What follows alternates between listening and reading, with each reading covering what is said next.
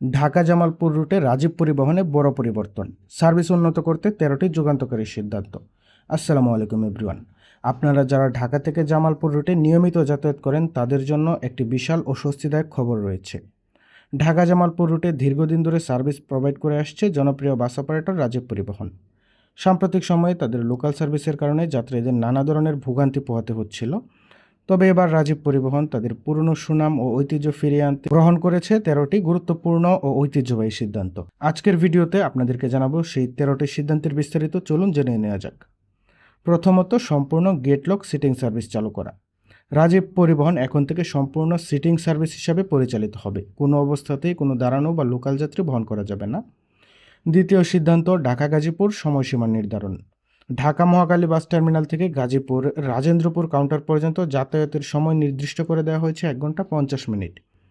নির্দিষ্ট সময়ের মধ্যেই এই দূরত্ব অতিক্রম করতে হবে, ফলে বাসগুলো চাইলেও অতিরিক্ত যাত্রী ওঠানোর জন্য সময় নষ্ট করা বা রাস্তায় যে কোনো জায়গায় পার্ক করে সময় নষ্ট করতে পারবে না। জামালপুর মুক্তাগাছা সময়সীমা নির্ধারণ।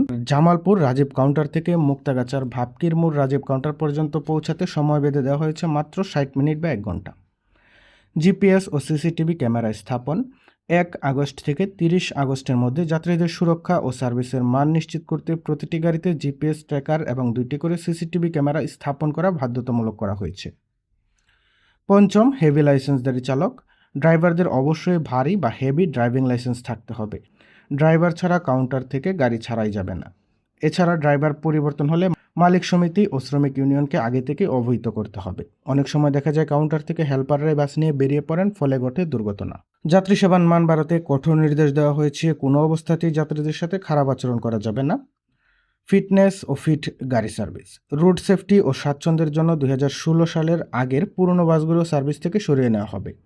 এখন থেকে 2016 বা তার পরবর্তী সময়ে কেনা আপডেট নতুন বাসগুলো দিয়ে সার্ভিস দেওয়া হবে।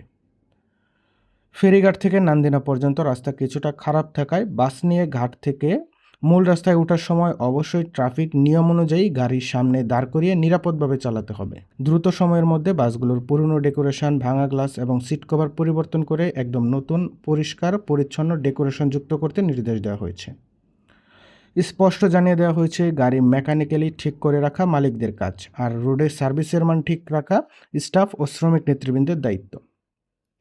সবচেয়ে আকর্ষণীয় হচ্ছে নতুন টিকিট ও লাগেজ টোকেন আসছে। রাজীব পরিবহনের টিকিট পরিবর্তন করা হচ্ছে এবং যাত্রীদের মালামালের নিরাপত্তা নিশ্চিত করতে টোকেন ব্যবহার বাধ্যতামূলক করা হয়েছে। সময় মেনে চলা। সম্পূর্ণ সিটিং সার্ভিস হিসাবে নির্ধারিত সময় মেনে গাড়িগুলোকে নির্দিষ্ট গন্তব্যে যাতায়াত করতে হবে। ড্রাইভিংয়ের সময় মোবাইল ব্যবহার নিষিদ্ধ। গাড়ি চালানো অবস্থায় ড্রাইভার কোনোভাবেই মোবাইল ফোন ব্যবহার করতে পারবেন না। যাত্রীদের নিরাপত্তার স্বার্থে এই নিয়ম অত্যন্ত কড়াভাবে পালন করতে হবে। তো ভিউয়ার্স, রাজীব পরিবহনের এই 13টি সিদ্ধান্ত ঢাকা জামালপুর রুটে যাত্রীদের যাতায়াতকে আরও বেশি নিরাপদ, আরামদায়ক এবং সময় সাশ্রয়ী করবে বলে আশা করাই যায়।